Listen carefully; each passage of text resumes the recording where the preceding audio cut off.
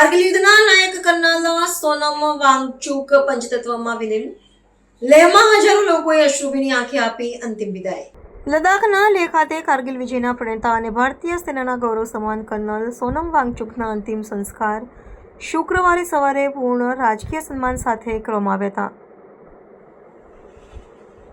વર્ષ 1999ના કારગિલ યુદ્ધ દરમિયાન અપ્રતિમ શૌર્ય બતાવનાર આ જંબાજ અધિકારીએ દુશ્મનો સામે લડતા ચોરી લુક્કા પહાડી પર વિજય મેળવ્યો હતો. અંતિમ યાત્રામાં ભારતીય સેનાના ઉચ્ચ અધિકારીઓ, વહીવટી તંત્રના પ્રતિનિધિઓને સ્થાનિક નાગરિકોએ અશ્રુભીની આંખે લડકવાયા વીર નાયકને શ્રદ્ધાંજલિ અર્પણ કરી હતી. આ પ્રસંગના મહત્વનું વિશ્લેષણ કરતા જણાય છે કે કર્નલ વાંગચુક માત્ર એક સૈનિક નહીં પરંતુ લદ્દાખના યુવાનો માટે પ્રેરણાના સ્ત્રોત હતા.